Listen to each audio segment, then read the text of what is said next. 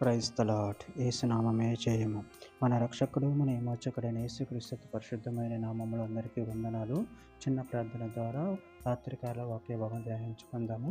పరిశుద్ధుడ మహాగణుడైన దేవ యేసయ్య, సర్వాధికారినైన మీకే వేలాది వందనములు కృతజ్ఞతాస్తుతి స్తోత్రం చెల్లించుకుంటున్నాను దేవ రాత్రికాల సమయంలో ప్రభువా వాక్య భాగం ధ్యానిస్తుండగా వాక్య భాగం అర్థమవుట్లు సహాయం చేసి మీ కృపలో బలపరిచి మీకు మాదిరిగా మమ్మల్ని నడిపించమని చిన్న ప్రార్థన యేసునామములో అడిగి వేడుకుంటున్నాను తండ్రి. Amen amen. ఆమోసు గ్రంథం 3వ అధ్యాయం 8వ వచనము. సింహం గర్జించెను, భయపడని వాడెవడు? ప్రభువైన యెహోవా ఆజ్ఞ ఇచ్చి ఉన్నాడు, ప్రవచింపకుండు వాడెవడు? ఆమెన్. దేవుడి వాక్య భాగం దీవించును గాక. ప్రభునందు ప్రియులారా, ఇక్కడ వాక్య భాగంలో గమనించినట్లయితే సింహం గర్జించెను, భయపడని వాడెవడు? ప్రభువైన యెహోవా ఆజ్ఞ ఇచ్చి ఉన్నాడు, ప్రవచింపకుండా ఉండు వాడెవడు?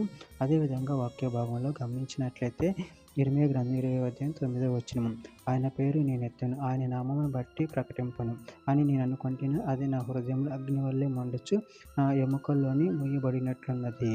నేను ఓర్చి ఏడ్చి విసిగి ఉన్నాను, చెప్పక మానలేదు. కొరింథీయులకు రాసిన మొదటి పత్రిక 9వ అధ్యాయం 16వ వచనం. నేను సువార్తను ప్రకటించుచున్నాను, నాకు అతిశయ కారణము లేదు. సువార్తను ప్రకటింపవలసిన భారం నా మీద మోపబడి ఉన్నది. అయ్యో, నేను సువార్త ప్రకటింపకపోయిన ఎడల నాకు శ్రమ. కీర్తన గ్రంథం 50వ అధ్యాయం 1వ వచనం. దేవాది దేవుడైన యెహోవా ఆజ్ఞ ఇచ్చుచున్నాడు, తూర్పు దిక్కు మొదలుకొని పడమటి దిక్కు వరకు భూనివాసులను రమ్మని ఆయన పిలుచుచున్నాడు. హెస్కేలు గ్రంథం 29వ అధ్యాయము 21వ వచనం. ఆ దినమందు నేను ఇశ్రాయేలు కొమ్ము చిగురింపచేసి వారిలో మాట్లాడుటకు నీకు ధైర్యం కలగచేసేదను.